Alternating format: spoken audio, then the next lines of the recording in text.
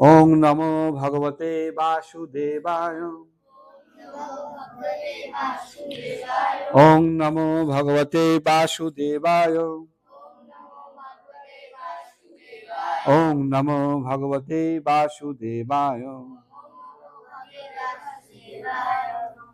রামায়ণ সুন্দরকাণ্ড সর্গ 53।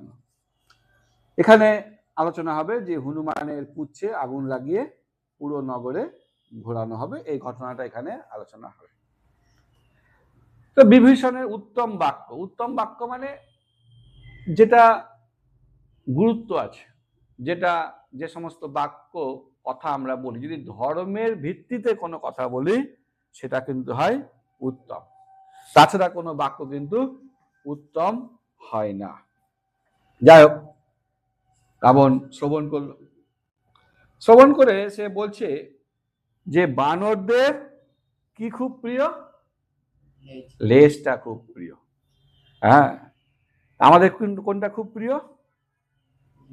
জিভা না? আচ্ছা, জীবনটা খুব প্রিয়। যাই হোক, তাহলে একটা কাজ করো, ওর লেজটাতে আগুন লাগিয়ে দাও। যখন ও ফিরে যাবে বাড়ির লোক দেখবে, আরে ওর লেজটা আগুন লেগে গেছে। ধর হনুমান লেজে আগুন লেগে বিয়ে বাড়ি গেছে, তো সব মাতাজিদের চোখ কোথায় পড়বে? লেজের দিকে। তাহলে কি হবে? ওর কেমন মনটা খারাপ হবে, সারা জীবন কে কিন্তু অপমানিত বোধ করবে, যে যদি ওই লেজেই, আর সবাই যাই হনুমান মতো রাগ হবে একটু করে নিজের লেজটা দেখাবে, দেখ আমার লেজটা ভালো আছে। এরকম আছে। তো তোরা এরকম করতে পারিস, ওই যে রামায়ণ ক্লাস করার পর যে সার্টিফিকেট দিব, ওটা লোককে দেখিয়ে বেড়াবে, এই দেখ আমার কাছে সার্টিফিকেট আছে। হ্যাঁ, এরকম তো হতে পারে না? লোককে একটু চিরাবি, তুই কিছুই জানিস না, কি তুই জন্ম হয়েছে, হ্যাঁ, ধর তোকে কেউ রাম শ্রীরাম বললো, ফাট করে জিজ্ঞেস করবি এই রামের বাপ ঠাকুরদার নাম বলতো, তুমি আর পারছে না, ব্যাস। যাই হোক, পরিবার সবাই দেখবে। তো কি বলছে? হ্যাঁ, মানে লেজে আগুন লাগিয়ে নগরের সব জায়গায় ঘুরাও, আর এই ঘুরাতে ঘুরাতে তার কি হবে, অহংকারটা যাবে।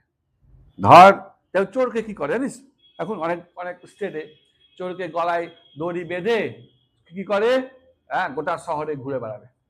অনেক সময় অনেক ছেলে মেয়েদেরকে একটু বিরক্ত করে, কলেজের এখানে স্কুলে গিয়ে, তোদের করে নাকি?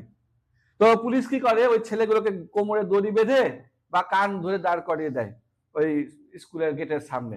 হ্যাঁ, পুলিশ এরকম করে। তো যাই হোক, তাহলে কি অহংকারটা কমে যাবে গোটা এই, মানে যদি এখন খুলায় হয় লঙ্কাতে, এক কাজ করো, ভালো করে সুতির কাপড় লাগিয়ে দাও লেজের মধ্যে, ভালো করে মোটা করে নিয়ে সুন্দর করে তেল দিয়ে, হ্যাঁ, তেল দাও, ব্যাস। তেল দেওয়া হলো, যখন তেল দিচ্ছে, সুতির কাপড় পেঁচাচ্ছে, হনুমান কিন্তু নিজেকে এবার বড় করছে আর ক্রোধ প্রকাশ করছে, রাগ করছে, দেখাচ্ছে বিশাল রাগ। হ্যাঁ, মান সম্মানের ব্যাপার, হনুমান বলছে আমার লেজে আগুন কাপড় চড়াচ্ছে, হ্যাঁ, এরকম হবে। তখন অগ্নি সংযোগ করা হলো, আর এই মানে আগুন লাগিয়ে দেওয়া হলো। আচ্ছা, ওই সময় কিন্তু বানররাও চুপচাপ নাই, দুম দুম করে হনুমানকে মারছে, হ্যাঁ, প্রহার করছে। হ্যাঁ, হ্যাঁ, তা বলছে, আবার এক একটা রাক্ষস বলছে ভালো করে বাঁধ, ভালো করে তেল আগুন লাগা, মানে কেউ সুযোগ ছাড়ে না। আর কিছু কিছু রাক্ষস দূর থেকে খুব হাসছে, রাক্ষসী যারা আছে তারাও একদম মুচকি মুচকি হাসছে, কি হাসি তাদের, একে ওকে ডাকছে, আয় আয় আয়, বাঁদরকে ধরেছি, এখন আগুন লাগাবো, এই কথা ভাবছে। ভাবছে, তখন হনুমানজির খুব রাগ হয়ে গেছে, বলছে দাঁড়া, তোদের কাউকে আমি ছেড়ে কথা বলবো না, আমার সাথে, হ্যাঁ, লড়াই করবি, আমার সঙ্গে বিরক্ত করবি, হ্যাঁ, কাউকে ছেড়ে পারবো না। কিন্তু তবুও ভক্ত তো রামের কথা ভেবে চুপচাপ থেকে গেলেন। এটাই হলো ভক্তদের গুণ। ভক্তরা কখনো উগ্রতা প্রদর্শন করে না, এরকম নয় যে আমি যোদ্ধা, আমি এক্ষুনি মেরে দেবো, তর্ক করব, বড়দের সঙ্গে তর্ক, কারোর সঙ্গে তর্ক, এটা কিন্তু ভক্তদের লক্ষণ না। ভক্তরা সবসময় শুনে, আরে শুনলে কিছু জানতে পারবি, আরে কিছু তো বলছে ব্যক্তি, হতে পারে সে রামায়ণ পড়েইনি, তোকে রামের জ্ঞান দিতে এসছে, তুমি শুনে নে, তর্ক করে লাভ নেই, তর্ক করে ওর তো জ্ঞান বাড়বে না, কারণ তো হতে পারে তার মুখ থেকে আমি দুটো ভগবানের কথা জানতে পারলাম। তো ব্যাস, হনুমান চুপ করে থাকে। এবার হ্যাঁ, আগুন লাগিয়ে দেওয়া হলো, তো বন্দি করে পুরো নগরকে তখন মানে ঘুরাবে। তো হনুমানজি ভাবছে ভালোই হলো, আজকে আমি যখন এর আগে লঙ্কা নগরীকে দেখেছি, সব দিক ঘুরেছি, তখন কিন্তু অন্ধকার ছিল, রাত্রি ছিল। এখন কি আছে? এখন দিন আছে।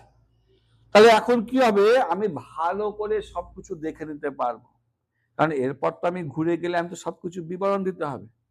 তো এখান থেকে আমরা বুঝতে পারছি যে ভক্ত সব কিছুকে ভগবানের সেবার অনুকূল সুযোগ মনে করে। কিছু পাবি, যখনই জীবনে সুযোগ পাবি সেটাকে ভগবানের সেবার অনুকূল ভক্তরা মনে করে। আগে রাত্রি দেখেছি, এখন দিনের বেলা দেখবো, এইসব ভেবে হনুমানজি চুপ করে থাকে। আবার দেখছে যে আগুন লাগিয়ে দেওয়া হলো, হনুমানজি কি কষ্ট পাচ্ছে? কোনো কষ্ট পাচ্ছে না। হ্যাঁ, এটা থেকে একটা শিক্ষা হচ্ছে যে যখনই আমরা ভগবানের সেবায় নিযুক্ত থাকব, আমাদের কিন্তু কোনো রকম কষ্ট ভোগ হবে না। এই জ্বর হয়েছে আমাদের, হ্যাঁ, ওম ওম সৌভিক, ওরও তো একটা নাম ওম নাকি? হ্যাঁ, ডাক নাম ওম। তো ওম সৌভিক খুব কষ্ট পেয়েছে। কষ্টটা কম পেতিস যদি তুই এই জ্বরের মধ্যেও দুপাতা রামায়ণ পড়তিস, দুমালা জপ করতিস, ভগবান তোকে শক্তি দিত ভিতর থেকে। এখন তো ভগবান তোকে শক্তি দিচ্ছে না, তুই ফাঁকিবাজ, ভগবানের ফাঁকিবাজ। ভগবান বলছে যে যথাবাম প্রপদ্যন্তে তান তথায় ভজমেয়। তুই ভগবানের সঙ্গে যেমন ব্যবহার করবি, ভগবান তোর সঙ্গে তেমন ব্যবহার। তুই যদি ভালো করে পড়তিস, তোর এসব জ্বালা হবেই না। ভালো করে জপ কর, সকালে ঘুম থেকে উঠ, স্নান কর, এইসব না করে করে আমাদের কি হচ্ছে, জ্বর জ্বালা হয়ে যাচ্ছে। ঠিক আছে, এগুলো কিছু কিছু হবে, তো কোনো কষ্ট অনুভব করলো না। এবার কি করা হলো? হনুমানকে সব দিকে ঘোরানো হতে শুরু করলো। হ্যাঁ, পিছনে আগুন জ্বলছে, আর তার পিছনে রাক্ষসেরা একদম লাফাতে লাফাতে, নৃত্য করতে করতে, চিৎকার করতে করতে ওকে নিয়ে ঘুরাচ্ছে। তো এবার যখন হনুমানজিকে ঘুরানো হচ্ছিল, তো হনুমানজি প্রথমে কি দেখলো? সেই বিচিত্র বিমানটাকে। কোন বিমান? কি নাম বিমানের? পুষ্পক বিমান। এবার রাত্রেবেলা দেখেছিল তো, ভালো করে তো দেখতে পায়নি। এবার দিনের বেলা পরিষ্কার ভালো করে দেখলো। এবার প্রাচীরগুলো দেখলো। রাত্রেবেলা তুই কারো বাড়িতে গিয়ে অন্ধকারে গেলাম কারো বাড়িতে, তো কতটা ভালো করে দেখবো, বুঝতে পারবো না। এবার দিনের বেলা প্রাচীরগুলো দেখছি, পূজা মণ্ডপ দেখছি, রাজপথ দেখছে, বাড়িঘর দেখছে, সামনে উদ্যান, বাগান, বসার জায়গা সব ভালো করে দেখছি। এভাবে হনুমানকে ঘুরানো হলো। এবার এই কথা কিন্তু সীতা দেবীর কাছে চলে গেছে। হনুমানকে ঘুরানো হচ্ছে লাগিয়ে। এবার সীতা দেবী কিন্তু খুব চিন্তা, যে আমার জন্য আসলো ভক্ত রামে, তার প্রভুর সেবক, তাহলে সে চিন্তা করছে আমি কি করি। তখন সে অগ্নিদেবের কাছে প্রার্থনা করছে হনুমানের মঙ্গল কামনায়। তুই যখন ভগবানের সেবা করবি, তখন কি হয়, আমরা যদি ভগবানের সেবা করি, সমস্ত গুরু বৈষ্ণবরা আমাদের জন্য কার কাছে প্রার্থনা করবে? ভগবানের কাছে। তাহলে আমরা খারাপ থাকবো? তো ভগবানের সেবা করলে আমরা কখনো খারাপ থাকবো না, কারণ সমস্ত গুরু বৈষ্ণবদের আমরা কি পাবো? আশীর্বাদ পাবো। তো সীতা দেবী চাইছে শীতলতা প্রদানের জন্য হনুমান যে একটু ঠান্ডা থাকবে। তো কিসে? আরে চাইলে তো হবে না। আমি যদি এখন মনে করি যে কাউকে একটু মিষ্টি খাওয়াবো, তো কি লাগবে? কি লাগবে রে? টাকা লাগবে। তা আমি যদি মনে করি ওকে কিছু আশীর্বাদ দিব, কি লাগবে আমার? পুঞ্জি লাগবে, পুণ্য লাগবে।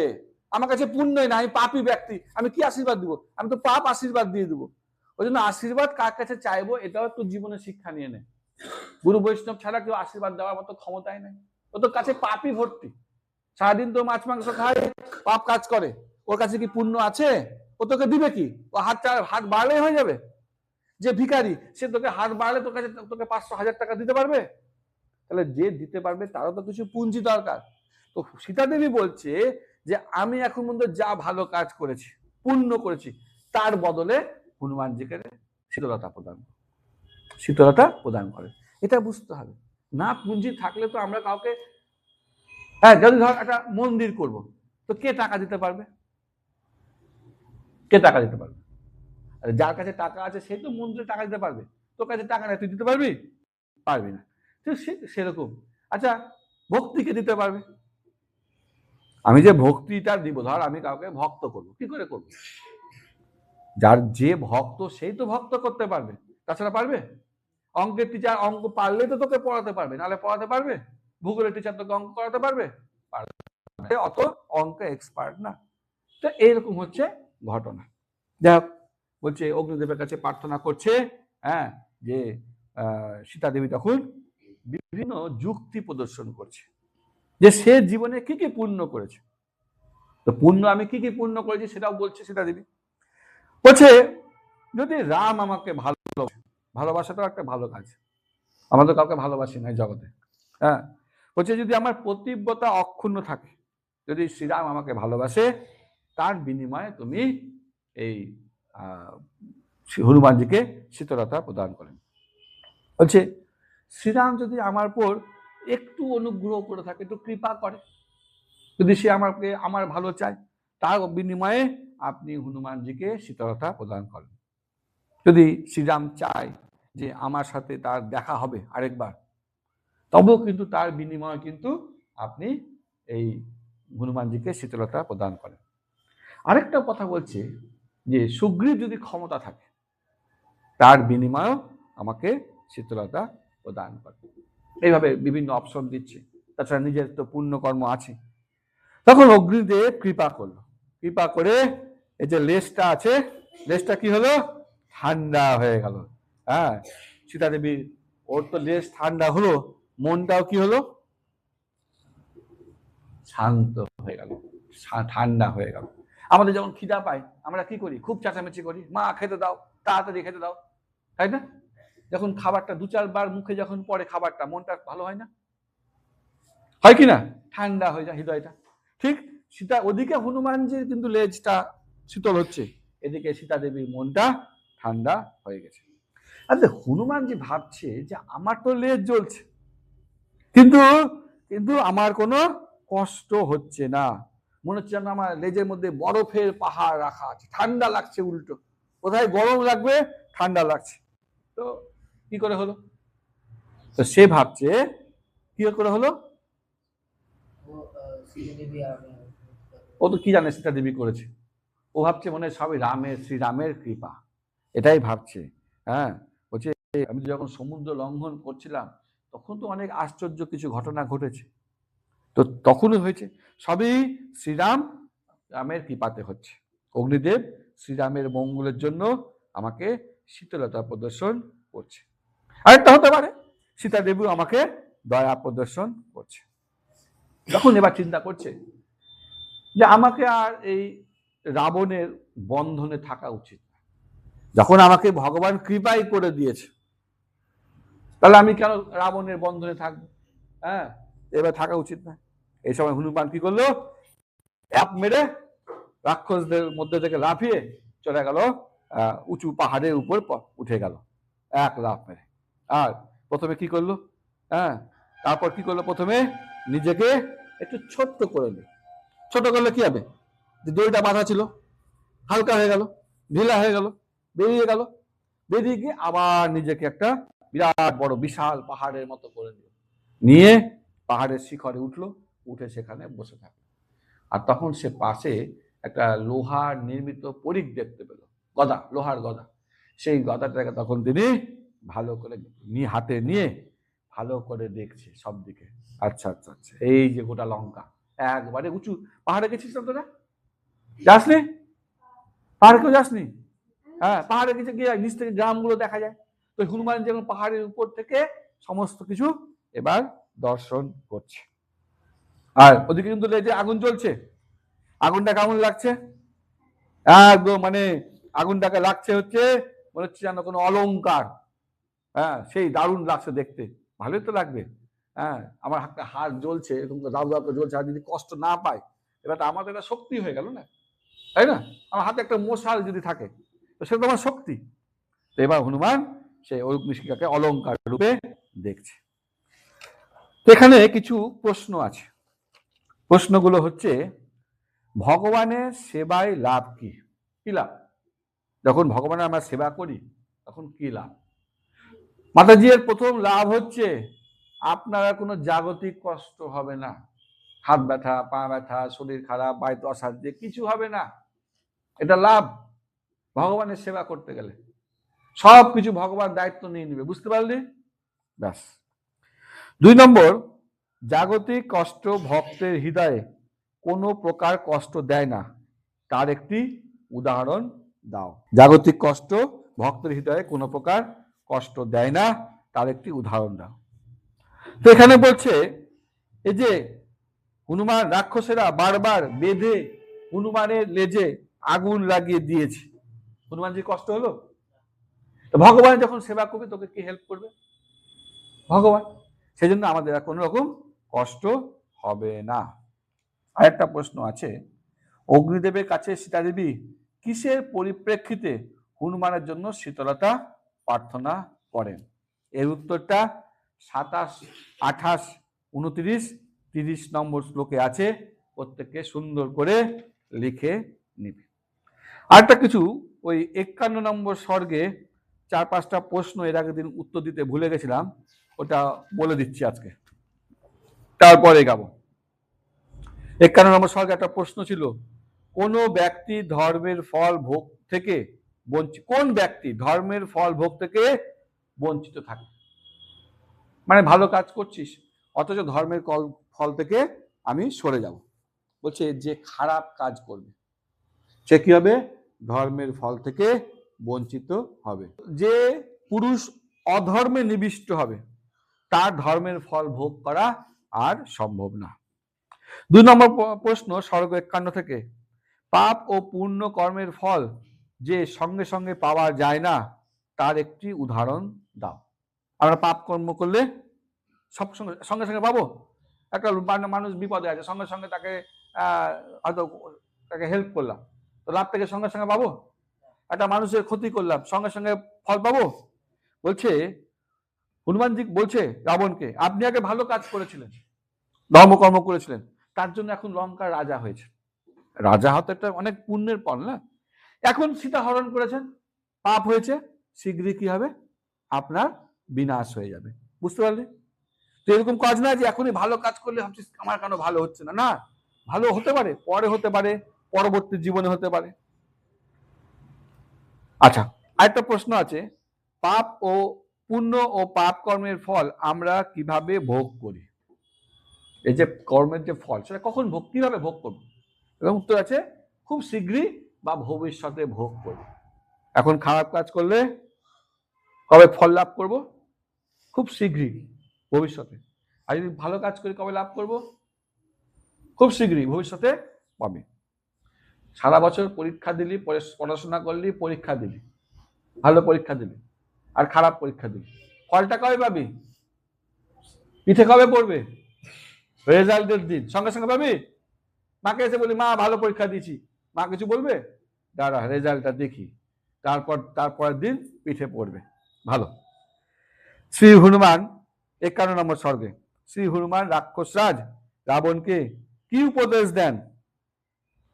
বলছে তপস্যার দ্বারা প্রাপ্ত সম্পদ নষ্ট করা উচিত না। জীবনে যা কিছু পেয়েছিস কষ্ট করে তো পেয়েছিস, তো বাবা তো একটা বাড়ি করছে, কষ্ট করে করছে, অনেকে চাকরি বাকরি পাচ্ছে, কষ্ট করে পাচ্ছে, পড়াশোনা তো করতে হয় সারা জীবন, এটা কিন্তু আমাদের নষ্ট করে দেওয়া উচিত না। রামায়ণ সুন্দরকাণ্ড স্বর্গ 54, এখানে আলোচনা হবে, পুরো লঙ্কাকে জ্বালিয়ে দেওয়া হবে আর রাক্ষসদের বিলাপ হবে। যাই হোক, হনুমান এবার ভাবছে কি কি কাজ বাকি থাকলো। ক্লাসে আসলি, কীর্তন হয়ে গেছে, মঙ্গলাচরণ হয়ে গেছে, ক্লাস শোনা হয়ে গেছে, এবার তো বসে থাকবি যে কি কাজ বাকি আছে। প্রভু তো এখনো চকলেট দেয়নি, প্রসাদের ব্যবস্থা হয়নি, তাই এটা না করে কি করে ক্লাস থেকে যাব, তাই না? হনুমানজি ভাবছে যে কি কি কাজ আছে, এবং উৎসাহ আছে, কিন্তু এরকম নাই যে বন্দি করেছিল, লেজে আগুন লাগিয়েছে, মন টন খারাপ না, উৎসাহ আছে। ভগবানের সেবাতে আমাদেরকে সবসময় উৎসাহ রাখতে হবে, উদ্যম রাখতে হবে। ভাবছে কি কি কাজ করলে ভালো হয় এটা দেখতে হবে আমাদের। এখন আর কি কাজ করব? স্কুলে গেলাম, কথা শুনলাম, কিন্তু আর কি কাজ করলে ভালো হবে এটা আমাদেরকে চিন্তা করতে হবে। তখন সে ভালো করে দেখছে সব দিকে, দেখে ভাবছে যে আমি এমন একটা কাজ করতে হবে যাতে রাক্ষসদের দুঃখ হয়, কষ্ট হয়, তাই না? এসেছি যখন রাক্ষসদেরকে একটু দুঃখ দিয়ে যাব, হ্যাঁ, তাদের কিছু ক্ষতি করে দিই, দুর্গগুলো ভালো আছে একটু আগুন লাগিয়ে দিই, একটু পুড়িয়ে দিই, হ্যাঁ। বলছে দুর্গ বিনষ্ট হলে এই যে সমুদ্র লঙ্ঘন যে করে আসলাম, এত কষ্ট করে যে আসলাম, সেটা কি হবে? সফল হয়ে যাবে। হ্যাঁ, নিয়ে তখন করলে লেজে তো আগুন জ্বলছে, চিন্তা, গ্যাস লাইটারও তো দরকার নাই, দেশলাও দরকার লাগবে না, মশালও জ্বালাতে হবে না, আগুন তো জ্বলছে, গিয়ে খালি একটু করে সবার সবার সব দুর্গগুলোতে লাগিয়ে দিব, এই ভাবছে। হ্যাঁ, তখন কি করলো? সমস্ত লঙ্কাপুরীর উপরে ভাগে চলতে লাগলো, এর বাড়ি লাফিয়ে আরেকজনের বাড়ি, তার জন্য আরেক বাড়ি, ব্যাস যাচ্ছে যাচ্ছে আর একটু করে আগুন লাগিয়ে দিচ্ছে। প্রথমে লাগালো, হ্যাঁ, প্রহস্তের আগুনে, প্রহস্তের প্রাসাদে, তারপর মহাপার্শ্বর প্রাসাদে, এগুলো সব দেখে নিয়েছিল ওই যখন সে ওই অ্যাসেম্বলি, হ্যাঁ, যখন গেছিল সভাগৃহে, ওখানে দেখে নিয়েছিল। মেঘনাথের ভবনে, বজ্রদংষ্টের ভবনে, শুকের ভবনে, জাম্বুমালির ভবনে, সুমালির ভবনে, তারপর কি কি শুরু করলো? তদনন্তর রশ্মিকেতু, সূর্যকেতু, হর্ষকর্ণ, দংষ্ট, কুম্ভকর্ণ, কুম্ভ, যজ্ঞ শত্রু, এই সবার প্রসাদে, হ্যাঁ, আগুন লাগিয়ে দিয়েছে। একবার আগুন লাগাচ্ছে আর গর্জন করছে, দেখ কেমন মজা লাগে, আমাকে বেঁধেছিলি, অগ্নিসংযোগ করছে। এবার কি হলো? সমস্ত প্রসাদ কিন্তু জল জল করছে, কিন্তু একজনের প্রাসাদে আগুন লাগালো না। কে বলতো? বিভীষণ। কেন বলতো? ভালো মানুষ, ভালো মানুষের ঘরে ভক্তরা কাকে তার কিছু করে না। এবার বলতো বিভীষণের গোসা প্রাসাদ বাকি রেখে দিল, সব সম্পত্তি নষ্ট, বাকি যা ছিল সবার সম্পত্তি নষ্ট। এবার বলতো প্রাসাদগুলো কিসের তৈরি ছিল? হ্যাঁ, সোনা, রূপা, চাঁদি, মণি, মুক্তা। আগুন লাগলে কি হবে? গলে যাবে, গলতে শুরু করেছে, এখন গোলো পিস, ঠিক আছে, এরকম নাই। বেশি ভালো বাড়ি করলে কি হবে? যাই হোক, সব মাটিতে গলে পড়ছে। এবার রাক্ষসরা প্রথমে তো চেষ্টা করছে, জলের বালতি টালতি নিয়েছে যে একটু জল টল দিয়ে কি করি, কিন্তু পারছে না। তখন চারদিকে তো আগুন লেগেছে, আরে কার বাড়ি কে বাঁচায়? হ্যাঁ, সব দিকে তো আগুন লেগেছে। তখন তারা বলছে যে অগ্নিদেব মনে হয় ছদ্মবেশে চলে এসছে, সব আগুন লাগাতে শুরু করেছে। আর স্ত্রীরা কাঁদছে, স্ত্রীদের তো খুব চিন্তা না, ওরা বাড়ির প্রতি আরো বেশি আসক্ত হয়, বাড়ি ছেড়ে ক্লাসে আসবে না, যখন ডাকি যে আসেন, হ্যাঁ ক্লাসে আসেন, আর আসবে না, বাড়িতে বহুত কাজ। ওদের তো বাড়ি খুব প্রিয়, মণিরত্ন খুব প্রিয়, হ্যাঁ, ওরা তো কান্নাকাটি শুরু করে দিয়েছে, ব্যাস। কিছু অগ্নি সবকিছু, আবার কিছু কিছু পুড়েও গেছে, কিছু আহত হয়েছে, কিছু নিহত হয়েছে, বাড়ি থেকে বেরিয়ে আসছে, হ্যাঁ। আর এই সব কেউ উপর থেকে লাফ মেরে দিচ্ছে, নামবে কি, হ্যাঁ, সব লাফ মেরে দিচ্ছে, হ্যাঁ। হনুমানও মানে এত কিছু পুড়িয়েও কিন্তু হনুমানের কোনো তৃপ্ত হয়নি, সব আরো ভস্মীভূত করছে, মানে এক কাউকে ছাড়বে না। এভাবে সমস্ত লঙ্কা পুরি আগুন জ্বলে উঠলো, আগুনের বিস্তার, আগুন কিন্তু থামে না, থামে কি? আগুন আর পুকুর এই দুটো থামে না, বাড়তেই থাকে। আরেকটা জিনিস, 3 নম্বর জিনিস কি যেটা বাড়তেই থাকবে? আমাদের কামনা বাসনা, এটা কিন্তু বাড়তেই থাকবে, জীবনেও কমবে না। এবার মানে এত আগুন না, মনে হচ্ছে না কোটি কোটি সূর্য, আকাশে একটা সূর্য হলে কি আমরা তাকাতে পারি না, আর মনে হচ্ছে কোটি কোটি, সব দিক দগ্ধ হয়ে যাচ্ছে। এবার রাক্ষসেরা আলোচনা করছে, কি হলো? যদি আলোচনা মতো পরিস্থিতি না, তাও বলছে একে অপরে, এ কি ইন্দ্র, বরুণ, অগ্নি। এবার রাক্ষসরা আলোচনা করছে, ওকে ইন্দ্র না বরুণ না অগ্নিদেব, কে? হ্যাঁ, কালের মতো করে এসছি, আমাদের সবকিছুকে, আমাদের যা কিছু সম্পদ সবকিছু কি করলো? ধ্বংস করে নিল। এভাবে তখন সে চিন্তা করছে, তো অবস্থা খুব খারাপ। এবং মাতাজিরা তো কি করছে? কান্নাকাটি। আমি আগেই বললাম, তাদের বাড়ির পরিবারের প্রতি, বাড়ি ঘর সোনাদানার প্রতি খুব আসক্ত, কান্না করছে। তো তারা এবার বলছে যে আমাদের যে পুণ্য, এটা কি হলো? শেষ হয়ে গেছে, আমাদের পুণ্য শেষ। যাই হোক, তখন তারা সব পুণ্য শেষ হয়ে গেছে। পুণ্য শেষ করতে গেলে কিন্তু আমাদের জীবনে দুঃখ শুরু হবে। এই যে মানব জীবন আমরা পেয়েছি, ভালো না খারাপ? ভালো না? দেখ, জন্ম হতেই তোদের সুন্দর বাড়িতে সুন্দর ব্যবস্থা হয়ে গেল, থাকার ব্যবস্থা, জামা কাপড়, খাওয়া দাওয়া, দেখছিস না মা চেষ্টা করছে। পশু পাখি এত ব্যবস্থা আছে, কুকুরের জন্ম কোথায় হলো দেখলি না, রাস্তার ধারে, পুরো শীত তারা সেই ঠক ঠক করে কাঁপলো, আর তোদের মায়েরা তোদের জন্য কম্বল নিয়ে আসছে, সকালে তোদের ঘুম থেকে উঠার আগে রান্না রেডি। এটা তো পূর্ব জন্মে পুণ্য করেছিলি বলে, যদি পুণ্য না করতিস কোন জন্ম পেতিস? কুকুর বিড়াল গাছপালা কষ্ট কত। তাহলে মানব জীবন পাওয়ার পরও যদি আমি আর সেটার কাজে না লাগাই, তাহলে কি হবে? আমাদের সব পুণ্য শেষ হয়ে যাবে, তখন আর কিছু লাভ হবে না। আমরা সারা বছর পড়াশোনা করি, তার ফল কি আছে? রেজাল্ট ভালো হয়। রেজাল্ট ভালো হলে কি হবে? ভালো চাকরি বাকরি পাবো, তাহলে কি হবে? জীবনে ভালো থাকবে। আর যদি পড়াশোনাটা না করি, রেজাল্টটা কি হবে? কি হবে? রেজাল্ট ভালো হবে? তাহলে খারাপ হবে, এটা তো বুঝে গেছিস। রেজাল্ট খারাপ হলে কি হবে রে? ওটাই, আর কিছু হবে না। তারপর ভবিষ্যৎ, ব্যাস, বুঝতে পেরেছিস? এটুকু তো তোদের মাথায় ঢুকে গেছে যে পড়াশোনা না করলে কি হবে? পড়াশোনা না করলে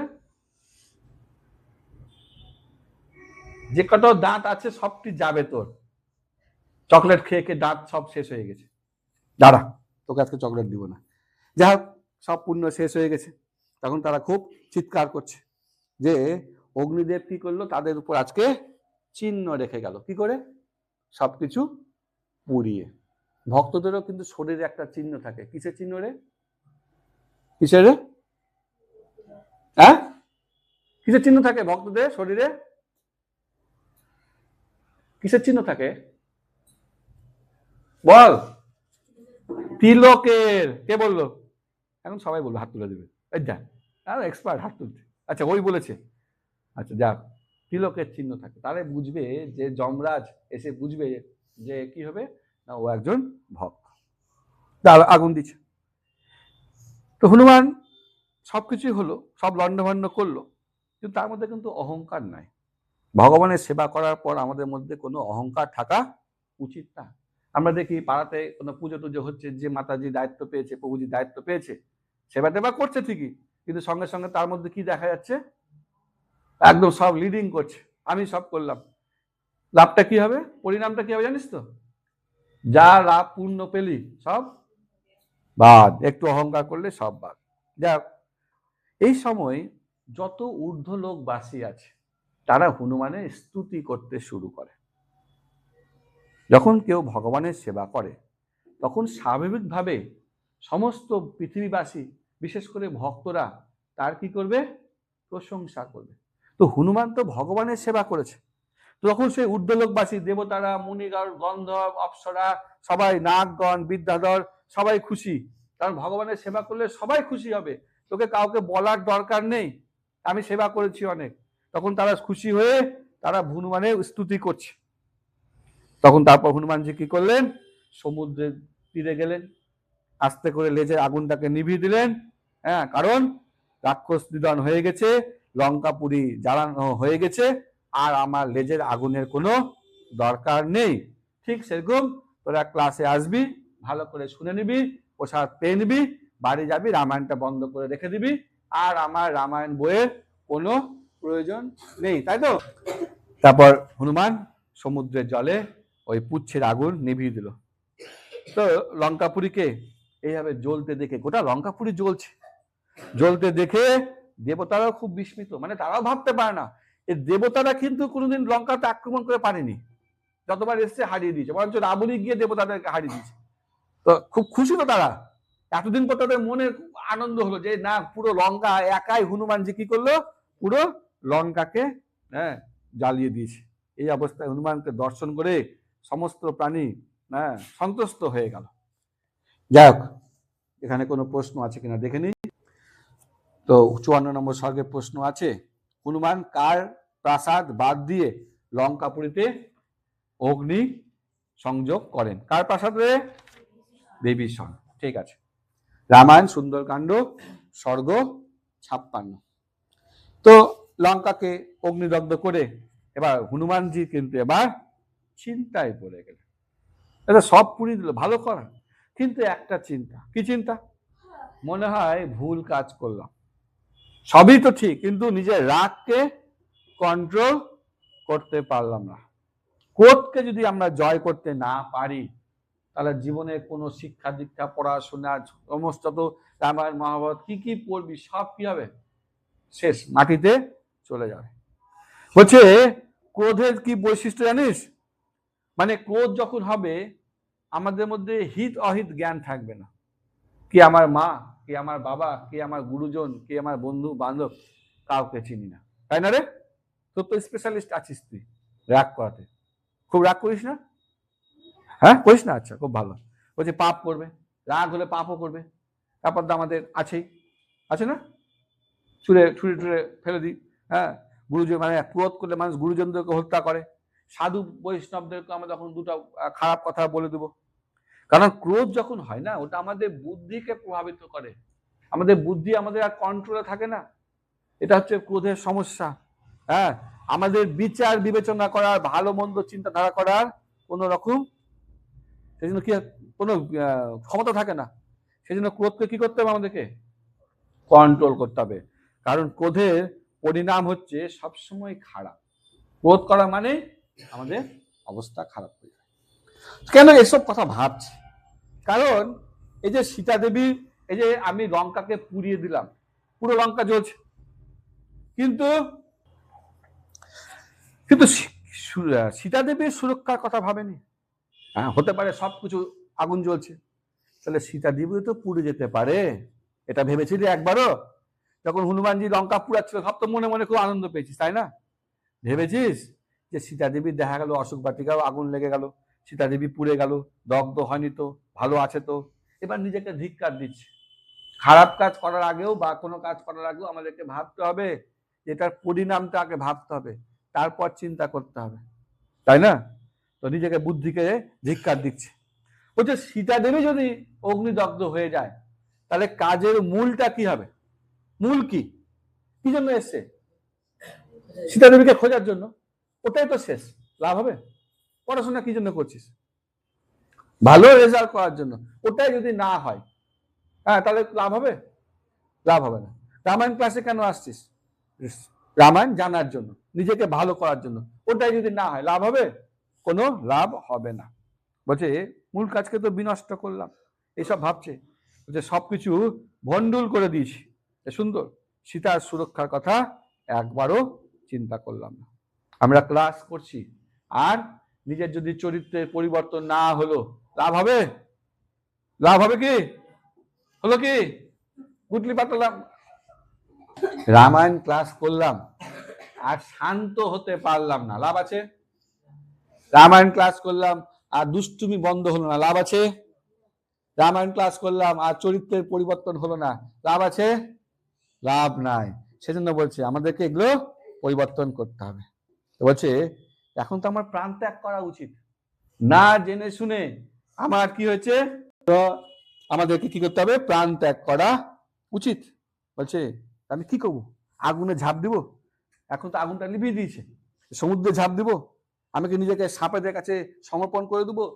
ও সমুদ্রে যেগুলো জলজ প্রাণ আছে তাদের কাছে নিজেকে সমর্পণ করে দেবো? এই ভরে নিজেকে ধিক্কার দিচ্ছে। বলছে আমি রাম আর লক্ষণের কাছে মুখ দেখাবো কি করে? আরে কি কি বলবো?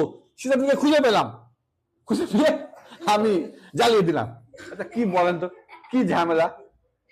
রাম পুরে বলে বাহ, বলে কি আমি গীতা রামায়ণ ক্লাসে গেছি, সবাই খুব খুশি, গিয়ে ওখানে মারপিট করেছি রাস্তায় আসার সময়, লাভ হলো? তো এই অবস্থা। কি হয়েছে? বলছে বলছে আজকে আমি কিন্তু একটা প্রমাণ করলাম, আমি হলাম বানর। আমি হলাম বানর। খালি ওই যে বানরটা কি করে, এক জায়গাতে এক মিনিট স্থির থাকবে না, লাফালাফি এখানে ওখানে, লাফিয়ে ট্রিং ট্রিং করে লাফে। একটা বানরকে একটা ভালো আপেল খেতে দিবি, ভালো আপেল ধুয়ে মুছে পরিষ্কার করে দিবি, তুমি দুমার খেতে ফেলে দেবে। ও ঠিক মতো খেতেও পারে না বাঁদর, এই জন্য খুব নষ্ট হয়। যাই হোক, বলছে আমি যে বাঁদর সেটা আমি প্রকাশ করলাম, তো আমার রাম আর লক্ষণ তো প্রাণ ত্যাগ করে দিবে। সীতা দেবী যদি শুনে এরকম অবস্থা হয়েছে, তারা যদি প্রাণ ত্যাগ করে, ভরত আর শত্রুঘ্নও প্রাণ ত্যাগ করবে। আর যদি এই 4 ভাই মরে যায় তাহলে কি হবে? পুরো জগৎ বিনাশ হয়ে যাবে। এইভাবে ভাবতে লাগলো। আবার ভাবছে অগ্নি তো অগ্নিকে গ্রাস করে না, অগ্নিকে পুড়াবে? একটা দেশলাই লাইটার জ্বালিয়েছিস, আরেকটা দেশলাই কাঠি জ্বালিয়েছিস, একটা দেশলাই কাঠি জ্বালালাম, দুটোকে লাগাবো, আগুনটাকে একটা আগুনকে পুড়িয়ে দিবে কি? আগুনটা বেড়ে গেলে পুড়বে না, নষ্ট হবে না আরো। তো অগ্নি সীতা দেবীকে বলছে অগ্নির মতো, কারণ তার মধ্যে একটা তেজ আছে। এই তেজের বলে তো রাবণ তাকে কিছু করতে পারেনি, যে অগ্নিকে গ্রাস করতে পারে না। আর আরেকটা গল্প হচ্ছে, তিনি পূর্ণবান, তেনার মধ্যে পূর্ণ আছে, তিনি ধর্মপত্নী, পতিব্রতা, সে কিন্তু কখনো কি করবে? সে কিন্তু পুড়তে পারে না। আমরা দেখি একটা যখন কোনো জায়গায় অ্যাক্সিডেন্ট হয়, এই কদিন একটা প্লেন ক্র্যাশ হয়েছিল, সবাই মারা গেল, একজন বেঁচেছে, পূর্ণ আছে, তো ও কিন্তু বেঁচে গেল। দেখ, একটা প্লেন ক্র্যাশ হলো, সবাই মরে গেল, একজন বেঁচে গেল, এটা তো অদ্ভুত ব্যাপার। ভাগ্য। কেন ভাগ্য হয়েছে?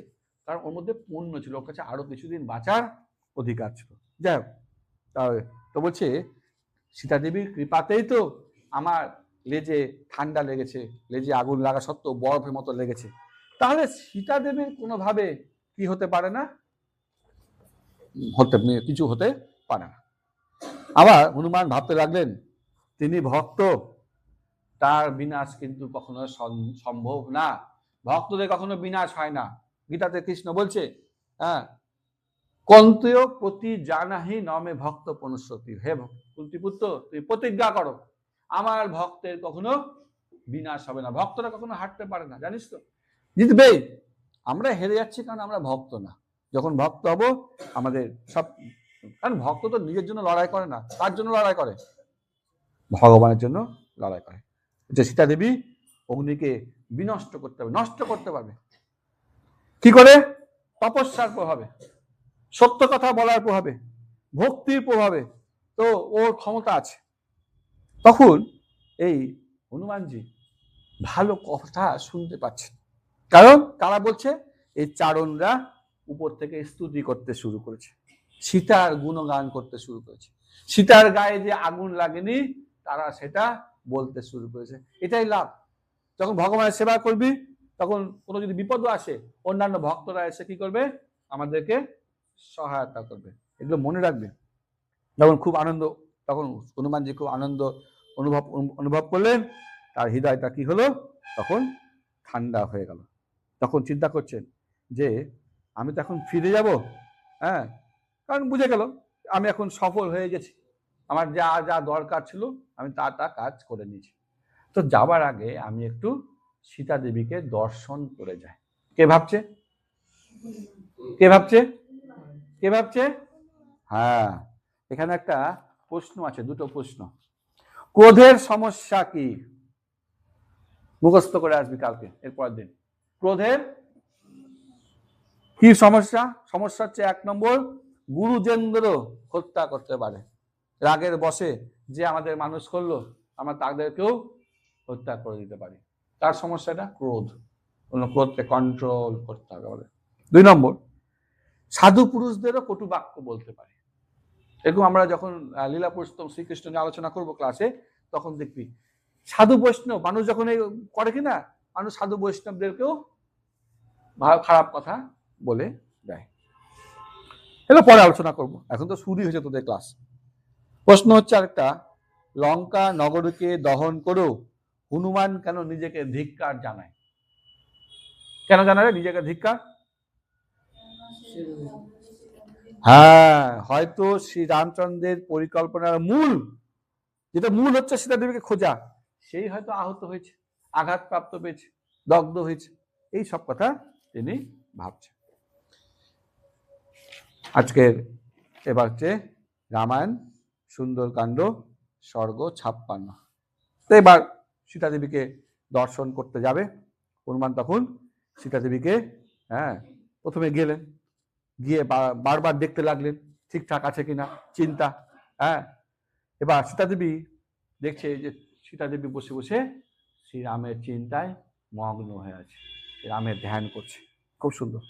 হ্যাঁ, হনুমানকে প্রয়োজনে বলছে, এবার যখন দেখা হলো তো বলছে তুমি দরকার পড়লে আজকে থাকো, আজকে এখানেই থাক, কালকে বাড়ি যাবি, ক্লাস টাস করবি, আজকে থাক আমার সাথে সারাদিন, আমরা আজকে 3 জায়গায় ক্লাস করতে যাবো, যাবি কি কেউ?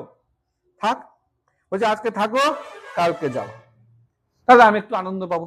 তোরা যদি একটু আমার সঙ্গে সারাদিন থাকিস, আমার আনন্দ লাগবে না দুঃখ লাগবে? দুজন মিলে যাবো, প্রচার করব, মানুষকে দেখাবো যে আপনাদের ছেলেপেলেগুলোকে নিয়ে আসেন, তারা রামায়ণ ক্লাস করবে, তখন দেখাবে, তো কিছু শোক কমবে। এবার সীতা দেবী, হ্যাঁ, কারণ আবার আরেকটা জিনিস, পাশে থাকতে বলছে কেন? পাশে যদি একটা ভক্ত থাকে আমাদের কি হয়? আনন্দ হয় না দুঃখ হয়? তুই বাজারে গেছিস, তোর কারোর সঙ্গে দেখা হয়ে গেল ক্লাসে, কি করে কি বলবি? দেখালে কি বলবি? আনন্দ হবে না দুঃখ হবে? আনন্দ হবে না? দুটো দেখেছিস না, আনন্দ হচ্ছে দুঃখ হয়েছে? আনন্দ হয়েছে। এটা তো ভক্তকে ভক্ত দেখলে কি হবে? আনন্দ হবে। এটা হচ্ছে লাভ। তো সীতা দেবী তখন চিন্তা করছে, যে বলছে যে তুমি তো ফিরে আসবে, এখন তো যাচ্ছ, ফিরে আসা পর্যন্ত আমি বেঁচে থাকতে পারবো কিনা এটাও তো ব্যাপার। আজকে ক্লাস করে যাচ্ছিস, কালকে একদিন আবার রোববারে ক্লাস করতে আসবে, এটাও চিন্তা, বাঁচবো কিনা, কে সামলাবে ক্লাসটা? তাহলে কেউ তো তোরা এগালি না, তোর মায়েরাও এগালো না, তো আর এটা কোনো আর কেউ নাই, রামায়ণেরও কেউ নাই, গীতা ভাগবত পড়িয়ে দিবে, রামায়ণ কিন্তু কোথাও নাই, সব ছেঁচে দিয়েছি। ওই জন্য এখন তাড়াতাড়ি ডবল ট্রিপল ক্লাস করাচ্ছি, সব জায়গায় শুরু করে দিয়েছি। ওই লক্ষ্মীনারায়ণ মন্দিরে গিয়ে রামায়ণ ক্লাস দিয়ে বসে আছি, 15টা স্বর্গ বলে দিচ্ছি, অনলাইনে দিয়ে দিয়েছি, কারণ তাড়াতাড়ি শেষ করতে হচ্ছে, কমসে কম আমি এই 500 স্বর্গ আমি তাড়াতাড়ি এখন দিয়ে শেষ করবো, নাই তো করতে তো হবে। মাঝে মাঝে তোদের ফের আবার অনেক চাপ পড়ে যায়, বাড়ির কাজ, গঙ্গা স্নান, দাদুর বাড়ি, কবে যাবি আর কবে ক্লাস করবি, যা হোক তাড়াতাড়ি পরীক্ষা দে, তো ফিরে আসা পর্যন্ত বাঁচবো কিনা। হ্যাঁ, কারণ শোকে শোকে আমি কি হচ্ছে, দুর্বল হয়ে যাচ্ছি, দেখ আমি খেতে পাচ্ছি না, খাওয়ার জুটছে না আমার, ডাকলেই খাবো অবশ্য। তো কি হয়েছে, কবে তোমরা আক্রমণ করবে, কবে সমুদ্র পার করে আসবে, হ্যাঁ হ্যাঁ, শ্রীরাম আর লক্ষণ কি করে সমুদ্র পার করে আসবে, এত এত বানররা কি করে আসবে, এই সব কিছু ভাবছে। যে তুমি কিছু ভাবছো কি, হনুমানকে জিজ্ঞেস করি, তোমার কোনো পরিকল্পনা আছে কি? তুমি তো একাই চলে আসবে, আর কোনো ইচ্ছা আছে যে পাড়ার ছেলে মেয়েরা কি করে আসবে, এরকম কোনো পরিকল্পনা রেখেছিস? 1 মাস পর ক্লাস শুরু হবে, ভেবেছিস একবার? ভাবিসনি? তাহলে এগুলো পরিকল্পনা কি কি ভেবেছো বলো। এবার আরেকটা কথা বলছে, তোমার তো যশ খুব ভালো হয়ে গেল, একাই আসলে, লঙ্কা পুড়ালে, সবকে একদম ঠিক করে দিলে, করে দিয়ে হ্যাঁ, তোমার তো যশ হয়ে গেল, কিন্তু শ্রীরামের যশ কেমন করে হবে? হ্যাঁ, এইটা একবার বলো, কি করে তার যশ বৃদ্ধি হবে? শ্রীরামের পরাক্রমের বিষয়ে চিন্তা করো, কিভাবে তার প্রকাশ হবে, কি করে সবাই গোটা জগৎবাসী দেখবে শ্রীরাম বড় করে যুদ্ধ করলো, রাবণকে হত্যা করলো, এটা কি করে হবে? দেখ, নিজের চিন্তা থেকে কার চিন্তা বেশি করছে? ভক্ত কার চিন্তা করে সবসময়? ভগবানের চিন্তা করে। তো হনুমানজি তখন বোঝানোর চেষ্টা করছে, প্রথম বোঝাচ্ছে সুগ্রীব প্রতিজ্ঞাবদ্ধ, ও কিন্তু যুদ্ধ করবে, আসবে, কোনো চিন্তা নেই, হাজার ঝড় বৃষ্টি হয়ে যাক, অরিত্রম কিন্তু ক্লাসে আসবে, ওকে আমাকে না ফোন করতে হয় না ডাকতে হয়, বুঝতে পারলি? ওর না জ্বর হবে, না ওর সর্দি কাশি হবে, ওর কিচ্ছু হবে না, ওর ক্লাসে ঠিক চলে আসবে। আজকে বলে দিলাম বলে দেখা গেলো পর দিল ডুব মেরে দিল। হ্যাঁ, বলছে সুগ্রীব প্রতিজ্ঞাবদ্ধ, ও সমর্থ, খালি প্রতিজ্ঞা করলে হবে প্রভু আমি ভবিষ্যতে ক্লাস দিব, আর পড়াশোনার বেলা কিছুই নাই, হবে? হবে না। প্রতিজ্ঞাবদ্ধ, শীঘ্র সমর্থ, শীঘ্র আসবে, এসে দুই ভাই কি করবে, গোটা লঙ্কা পুরীকে ধ্বংস করে দেবে, রাবণকে বধ করবে, আর আপনাকে নিয়ে ফিরে যাবে, আপনার মঙ্গল হোক, আপনার সমস্ত দুঃখের শেষ হয়ে যাবে। তাই না? আমাদের যা সীতা দেবীর দুঃখ কি, রামের কাছে যেতে পারছে না, সেই দুঃখের অবসান হয়ে যাবে। তারপর সীতা দেবীকে প্রণাম করলো, প্রণাম করে চিন্তা করলো যে না, এবার আমি ফিরে যাই। তো তখন কি করলো, অরষ্টগিরি পর্বতে হনুমানজি আরোহণ করলেন। তো পর্বতের বর্ণনা করা হয়েছে, খুব সুন্দর, মূল্যবান ধাতু আছে, মণিরত্ন আছে, জলাশয় আছে, জলপ্রপাত আছে, ঝর্ণা আছে, জীবজন্তু আছে, হ্যাঁ, বড় বড় বৃক্ষ আছে, গাছপালা আছে, পাখি আছে, সাপও আছে, হ্যাঁ, আর আশ্রম আছে মুনি ঋষিদের, সবই ভালো। সেই পর্বতের উপরে হনুমানজি উঠে গেলেন, একদম চিরাতে উঠে গেলেন। উঠেই আগে নিজেকে বড় করতে শুরু করলেন। হ্যাঁ, তখন হনুমান নিজের আয়তন বৃদ্ধি করলেন। নিয়ে যখনই সে বড় করছে, কত বড় পাথর ছিল না, সেই পাথরগুলো চূর্ণ বিচূর্ণ হয়ে পড়তে লাগলো। তো হনুমান চেষ্টা করছে, এবার আমাকে উত্তর দিকে লাফানো হবে। তো আমরা যখন লাফাতে যাব, তো কি হচ্ছে, পায়ে একটা জোর দিতে হবে। তো পায়ে চাপ দিয়েছে, বিশাল একটা গর্জন হচ্ছে, হ্যাঁ, পাথরগুলো কাঁপছে, সেগুলো গুড়ি গুড়ি করে ভেঙে ভেঙে পড়ছে, এরকম হচ্ছে। তো পাহাড়ের যেগুলো জীবজন্তু ছিল সেটা চারিদিকে পলায়ন, তা পাহাড়ে, হ্যাঁ, পাথরগুলো ভেঙে ভেঙে পড়ছে, হ্যাঁ, জীবজন্তুরা পলায়ন করছে, পর্বত শৃঙ্গ ভেঙে পড়ছে, সাপেরা কুণ্ডলি পাকিয়ে তাড়াতাড়ি পালাচ্ছে। এবার হনুমান কি করলেন, লাফ দেওয়ার সঙ্গে শুরু করছে। লাফি যখন আকাশ মার্গে যাচ্ছে, তখন হনুমানের চাপে পাহাড়ের একটা বিরাট অংশ সমতল হয়ে গেল। মানে এত চাপ দিয়েছে, রোলার যেমন চাপ দিলে কি হয়, রাস্তা সব দেখে, রাস্তা করার সময় সব লেবেল করে দেয়, হনুমান যখন চাপ দিয়ে লাফাচ্ছে, তখন একটা বিরাট জায়গা সমতল হয়ে গিয়েছে। তো প্রশ্ন আছে এখানে, প্রত্যাবর্তনের মুহূর্তে সীতা দেবী হনুমানের কাছে কি সংশয় প্রকাশ করে? কি সংশয় লাগে? কি লাগে না, তুমি ফিরে আসা পর্যন্ত জীবিত থাকবো কিনা সন্দেহ আছে। বুঝতে পারলি? ফিরে আসা পর্যন্ত। আরেকটা প্রশ্ন আছে, কোন কার্য সম্পন্ন হলে সীতা দেবী মনে করছে, কোন কার্য সম্পন্ন হলে মানে কোন কার্য সীতা দেবী মনে করছেন যে তার মর্যাদার হানি হবে না? মান সম্মান গেছে না, হ্যাঁ, উঠিয়ে নিয়ে এসছে রাবণ, অপহরণ করে নিয়ে এসছে, মান সম্মান তো গেছে। তো সেটা কি করলে ঠিক থাকবে? তো বলছে, শ্রীরামচন্দ্র যদি রাক্ষস কুলকে সৈন্য বলে পদাদলিত করে আমাকে এখান থেকে নিয়ে যায়, মান সম্মান তখনই বজায় থাকবে যদি রাম এসে রাবণকে হত্যা করে আমাকে নিয়ে যায়। তা আমার মান সম্মান তখনই থাকবে যদি তোরা ভবিষ্যতে এই রামায়ণ প্রচার করতে পারিস, নাহলে বেকার, কোনো লাভ আমার হবে না।